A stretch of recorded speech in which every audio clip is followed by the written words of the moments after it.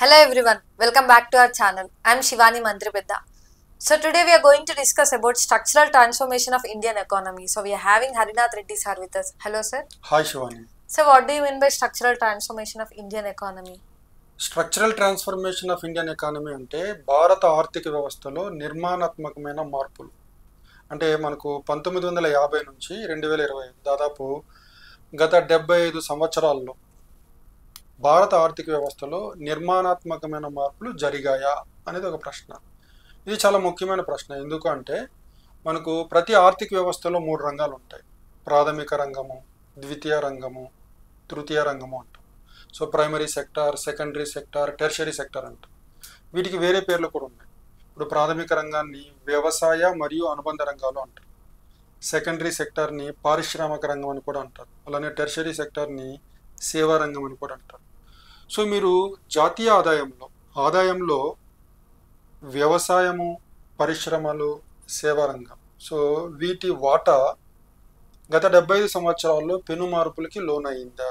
అలానే వ్యవసాయం పైన, పరిశ్రమల పైన, సేవా రంగం పైన ఆధారపడి ఉన్న శ్రామిక శక్తిలో కూడా మార్పులు జరిగాయా, పెను మార్పులు జరిగాయా అనేది మీరు ప్రశ్నిస్తే, మనకు భారతదేశంలో 1950-51, సో ఆ సంవత్సరంలో జీడిపి అంటాం, స్థూల దేశీయ ఉత్పత్తి, సింపుల్గా చెప్తే మనము జాతీయ ఆదాయం అంటాం. సో జాతీయ ఆదాయానికి వ్యవసాయ రంగం వాటా దాదాపు 55.8%, అంటే 56%. సో దేశానికి వచ్చే మొత్తం ఆదాయంలో 56% వ్యవసాయ అనుబంధ రంగం నుంచి వస్తుంది. అలానే మీరు పారిశ్రామిక రంగం చూసుకున్నట్లయితే 15.2%, అలానే సేవా రంగము 29%. ఎప్పుడు ఇది 1950-51, మనం ఇప్పుడు 2025లో ఉన్నాం. సో 2024-25లో జాతీయ ఆదాయంలో వ్యవసాయ రంగం వాటా 16%, అంటే 56% నుంచి 16%కి తగ్గింది. సో జాతీయ ఆదాయానికి వ్యవసాయం మరియు అనుబంధ రంగాలు నుంచి వచ్చే ఆదాయము 1950-51లో 56% ఉంటే ప్రస్తుతం అది 16%కి తగ్గింది. ఇది నిర్మాణాత్మకమైన మార్పుగానే భావించాలి. అలానే మీరు ఇండస్ట్రీ తీసుకున్నట్లయితే 1950-51లో పరిశ్రమల రంగం వాటా జాతీయ ఆదాయంలో 15.2% ఉంటే ప్రస్తుతం 27% ఉంది. ఇది కూడా మంచి మార్పే. అలానే సేవా రంగం చూసుకున్నట్లయితే 1950-51లో 29%, కానీ ప్రస్తుతం ఇది 55%. అంటే ఒక రకంగా జాతీయ ఆదాయంలో వాటా పరంగా చూస్తే ప్రాథమిక, ద్వితీయ, తృతీయ రంగాల్లో చాలా పెద్ద మార్పులే వచ్చాయి. కానీ ఈ 3 రంగాలపైన ఆధారపడి ఉన్న శ్రామిక శక్తి విషయంలో పెద్దగా మార్పులు లేవు. అంటే వివిధ రంగాల యొక్క వాటా, శ్రామిక శక్తి, అంటే ఈ 3 రంగాలపైన ఆధారపడి ఉన్న శ్రామికుల విషయంలో పెద్దగా మార్పులు లేవు. సో ఇక్కడ నిర్మాణాత్మకమైన మార్పులు జరగలేదు. ఉదాహరణకు మీరు చూసినట్లయితే 1950-51లో వ్యవసాయ మరియు అనుబంధ రంగాలపైన ఆధారపడి జీవించే వాళ్ళు 72%, కానీ నేటికి 46% ఉన్నారు. దేశ జనాభాలో 46% జనాభా వ్యవసాయ అనుబంధ రంగాల మీదనే ఆధారపడి ఉంది. అంటే మార్పులు పెద్దగా జరగలేదు. 72% నుంచి 46%కి మాత్రమే తగ్గింది.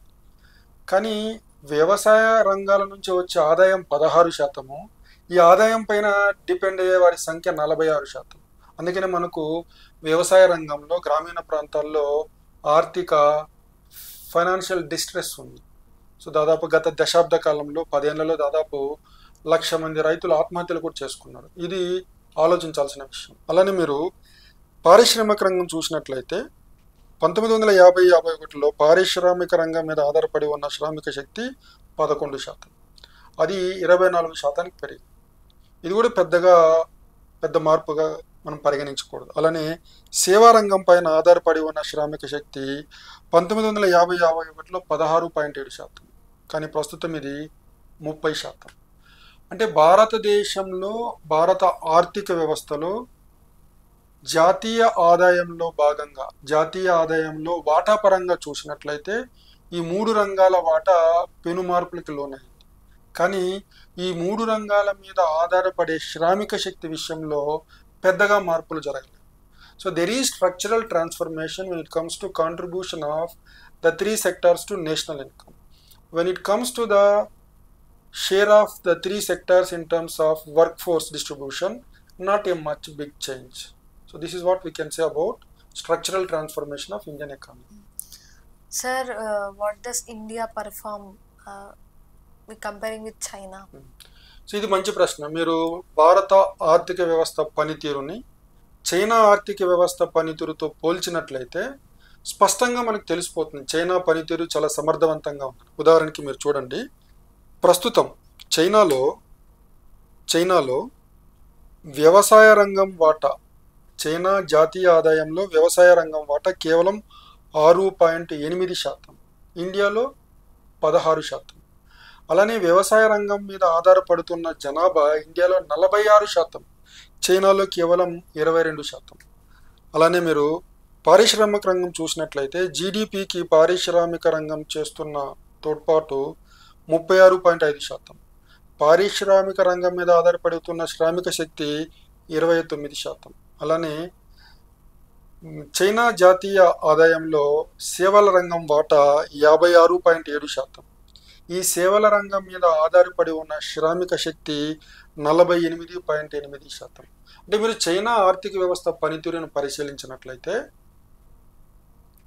మూడు రంగాల వాటా, జాతీయ ఆదాయంలో 3 రంగాల వాటా విషయంలో కానీ, 3 రంగాల్లో శ్రామిక శక్తిలో మార్పులు కానీ స్పష్టంగా మంచి మార్పులు ఉన్నాయి. సో దీన్నే మనము China has witnessed structural transformation of economy both in terms of contribution to national income and also in terms of contribution to employment. ఏదైనా ఒక ఆర్థిక వ్యవస్థలో అభివృద్ధి జరిగే కొద్దీ వ్యవసాయ రంగం మీద ఆధారపడే జనాభా తగ్గాలి, వ్యవసాయం ద్వారా వచ్చే ఆదాయం కూడా తగ్గాలి. మన భారతదేశంలో వ్యవసాయం ద్వారా వచ్చే ఆదాయం తగ్గింది, కానీ వ్యవసాయం మీద ఆధారపడిన జనాభా తగ్గలేదు. సో ఇది అభివృద్ధి చెందిన ఆర్థిక వ్యవస్థకి ఉదాహరణ కాదు. అంటే భారతదేశం నేటికి కూడా అభివృద్ధి చెందుతున్న ఆర్థిక వ్యవస్థగానే మనం పరిగణిస్తున్నాం. కానీ మన గౌరవ ప్రధానమంత్రి 2047 నాటికి భారతదేశాన్ని ఒక అభివృద్ధి చెందిన దేశంగా చూడాలనుకుంటున్నాడు. ఇది జరగాలంటే వ్యవసాయ రంగం మీద ఆధారపడే జనాభాని చాలా వరకు తగ్గించాలి. ఇప్పుడు ప్రజెంట్ 46% ఉంది, అదే మీరు చైనాలో కేవలం 22%. సో ఇది జరగనంత వరకు భారత ఆర్థిక వ్యవస్థ అభివృద్ధి చెందిన ఆర్థిక వ్యవస్థగా పరిగణించడానికి అవకాశం లేదు. సో మీరు చెప్పినట్టు then what are the challenges of Indian economy? So మనకు సాధారణంగా మీరు ఏ ఆర్థిక వ్యవస్థ అనుభవాన్ని చూసుకున్నా కూడా ప్రారంభంలో వ్యవసాయ అనుబంధ రంగాల మీద ఆధారపడే శ్రామిక శక్తి ఎక్కువగా ఉంటుంది, కానీ కాలం గడిచే కొద్దీ ఇది తగ్గి పారిశ్రామిక రంగం మీద ఆధారపడే శ్రామిక శక్తి పెరుగుతుంది. తదనంతరం సేవా రంగం మీద ఆధారపడే శ్రామిక శక్తి పెరుగుతుంది. అంటే ప్రతి దేశంలో ఆర్థిక వ్యవస్థ అభివృద్ధి చెందే కొద్దీ వ్యవసాయ అనుబంధ రంగాల నుంచి పారిశ్రామిక రంగం నుంచి సేవా రంగానికి మార్పులు జరుగుతాయి. కానీ ఇండియాలో ఏమైందంటే మనము వ్యవసాయ అనుబంధ రంగాల నుంచి నేరుగా సేవా రంగానికి వెళ్ళడం జరిగింది. అంటే భారతదేశంలో ఈ పారిశ్రామిక రంగం బలంగా లేకపోవడం వల్ల ఈ పారిశ్రామిక సేవా రంగాలు వ్యవసాయ రంగంలో ఉన్న అధిక శ్రామిక శక్తికి ఉపాధి కల్పించే సిచ్యువేషన్ ఇప్పుడు లేదు. మనకు ఉదాహరణకి మన్మోహన్ సింగ్ ప్రధానమంత్రిగా ఉన్నప్పుడు ఈ పారిశ్రామిక రంగాన్ని బలోపేతం చేయడానికి, పారిశ్రామిక రంగంలో తయారీ రంగం అంటాం మ్యానుఫ్యాక్చరింగ్, దీన్ని బలోపేతం చేయడానికి న్యూ నేషనల్ మ్యానుఫ్యాక్చరింగ్ పాలసీ 2011 తీసుకొచ్చారు. తర్వాత నరేంద్ర మోడీ ప్రధానమంత్రి అయిన తర్వాత మేక్ ఇన్ ఇండియా తీసుకొచ్చారు. అలానే ప్రొడక్షన్ లింక్డ్ ఇన్సెంటివ్ తీసుకొచ్చారు. అలానే మనకు national infrastructure pipeline, PM Gati Shakti national master plan, national logistic policy ఇన్ని తీసుకొచ్చినప్పటికీ ఇప్పటికీ కూడా తయారీ రంగం వాటా చాలా తక్కువగా ఉంది. అంటే మనకు భారతదేశంలో వ్యవసాయ అనుబంధ రంగాల మీద అవసరానికి మించిన శ్రామిక శక్తి ఉంది. దీన్ని పారిశ్రామిక సేవా రంగాల్లో ఉపయోగించుకోవాలి, కానీ అది భారతదేశంలో జరగట్లేదు. మీరు ఎకనామిక్ సర్వే చూస్తే 2024-25 ఎకనామిక్ సర్వే ఏం చెప్తుందంటే 2017-18తో పోలిస్తే 2023-24లో వ్యవసాయ అనుబంధ రంగాల మీద ఆధారపడిన శ్రామిక శక్తి తగ్గాల్సింది పోయి పెరిగింది. 44.1% నుంచి 46.1% పెరిగింది. అలానే పారిశ్రామిక సేవా రంగాల మీద ఆధారపడిన శ్రామిక శక్తి పెరగాలి, కానీ తగ్గింది. ఇది తిరోగమన చర్య. ఇది పురోగమన చర్యగా మనము భావించడానికి లేదు. సో ప్రభుత్వాలు ఎంత ప్రయత్నం చేసినప్పటికీ భారతదేశంలో తయారీ రంగం బలంగా వేళ్ళూనుకోవట్లేదు. సో దీని నుంచి మనం బయటపడకపోయినట్లయితే మనకు డెమోగ్రాఫిక్ డివిడెండ్ అంటాం, జనాభా సానుకూలత అంటాం. సో 2020-2040 మధ్యలో దాదాపు 15 కోట్ల మంది శ్రామిక శక్తిలో చేరతారు. వీళ్ళకి ఉద్యోగాలని సృష్టించాలి.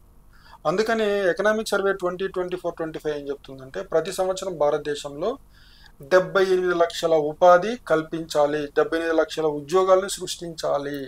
దాంతోపాటు మనకు వ్యవసాయ అనుబంధ రంగాల్లో ఉన్న 35 లక్షల మందిని ప్రతి సంవత్సరం వ్యవసాయ అనుబంధ రంగాల నుంచి పారిశ్రామిక సేవా రంగాలకి బదిలీ చేయాలి. కానీ ఇది అంత సాధ్యమయ్యే ప్రక్రియగా కనిపించట్లేదు. సో ఇది మనకు భారత ఆర్థిక వ్యవస్థ ముందు ఉన్న పెద్ద సవాలు. So what about way forward? So దీని నుంచి బయటపడాలి అంటే, భారతదేశం దీని నుంచి బయటపడాలి అంటే ముందు మనము భారతదేశంలో ఉన్న పారిశ్రామిక రంగాన్ని, తయారీ రంగాన్ని బలోపేతం చేయాలి. ప్రయత్నం చేస్తున్నాము, కానీ ఫలితాలు ఆశించిన మేరకు జరగట్లేదు. ఉదాహరణకి మనకు లేబర్ ఇంటెన్సివ్ సెక్టార్స్ అంటారు. అంటే భారతదేశంలో కొన్ని రంగాల్లో పెట్టిన పెట్టుబడికి సృష్టించబడే ఉద్యోగాలు చాలా ఎక్కువ. అంటే కొన్ని రంగాలు textile sector, gems and jewellery, leather industry, food processing, అంటే ఏ ఏ తయారీ రంగాల్లో అయితే ఉపాధి కల్పనకి ఎక్కువ అవకాశం ఉంటుందో ఆయా రంగాల్లో మనం పెట్టుబడులను ఆకర్షించాలి.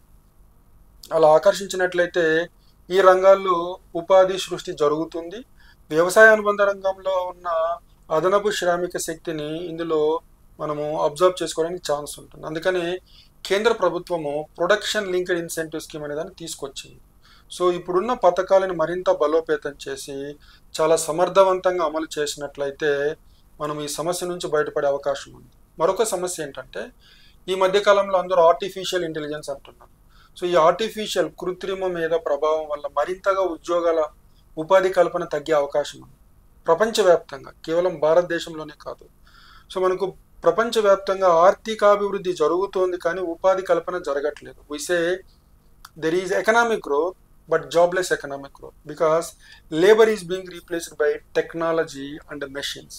ఇది కేవలం భారతదేశానికే సవాల్ అనుకుంటే పొరపాటు. ఇది ప్రపంచంలోనే అన్ని దేశాలు ఎదుర్కొంటున్న సమస్య. సో దీని నుంచి బయటపడడానికి కేంద్ర ప్రభుత్వం అన్ని ప్రయత్నాలు చాలా గట్టిగా చేయాలి. అంటే లేబర్ ఇంటెన్సివ్ సెక్టార్స్లో ఇన్వెస్ట్మెంట్ని బాగా అట్రాక్ట్ చేసి అక్కడ ఎంప్లాయ్మెంట్ జనరేట్ చేసి డొమెస్టిక్ కన్జంప్షన్ని, డొమెస్టిక్ మ్యానుఫ్యాక్చరింగ్ని బలోపేతం చేసినట్లయితే మనకు వ్యవసాయ అనుబంధ రంగాల్లో ఉన్న అదనపు శ్రామిక శక్తిని మనకు పారిశ్రామిక రంగంలో అబ్జర్వ్ చేసుకోవడానికి సాధ్యమవుతుంది. అలానే మనకు ఇంకో సమస్య ఏంటంటే సేవా రంగం భారతదేశంలో బలంగానే ఉంది, కానీ వ్యవసాయ అనుబంధ రంగాల మీద ఆధారపడి ఉన్న వాళ్ళని సేవా రంగంలో అబ్జర్వ్ చేసుకోవాలంటే కొన్ని సమస్యలు ఉన్నాయి. సేవా రంగంలో వాళ్ళని అబ్జర్వ్ చేసుకోవాలంటే వాళ్ళకి నైపుణ్యాలు ఉండాలి, విద్య ఉండాలి. సో విద్యా నైపుణ్యాలు భారతదేశంలో లోపించాయి. కాబట్టి వ్యవసాయ అనుబంధ రంగాల్లో ఉన్న అధిక శ్రామిక శక్తిని సేవా రంగంలో అబ్జర్వ్ చేసుకునే అవకాశాలు చాలా తక్కువ. కాబట్టి మనకున్న మార్గం ఏంటంటే పారిశ్రామిక రంగంలో ఉన్న తయారీ రంగాన్ని బలోపేతం చేయడం మినహా మనకి వేరే గత్యంతరం లేదు. సో దీన్ని కేంద్ర రాష్ట్ర ప్రభుత్వాలు సహకారంతో, సమన్వయంతో మరింత సమర్థవంతంగా రానున్న 2-3 దశాబ్దాల్లో చేసినట్లయితే మనం ఈ సమస్య నుంచి బయటపడడం సాధ్యమవుతుంది. So that's it for today's video. Thank you.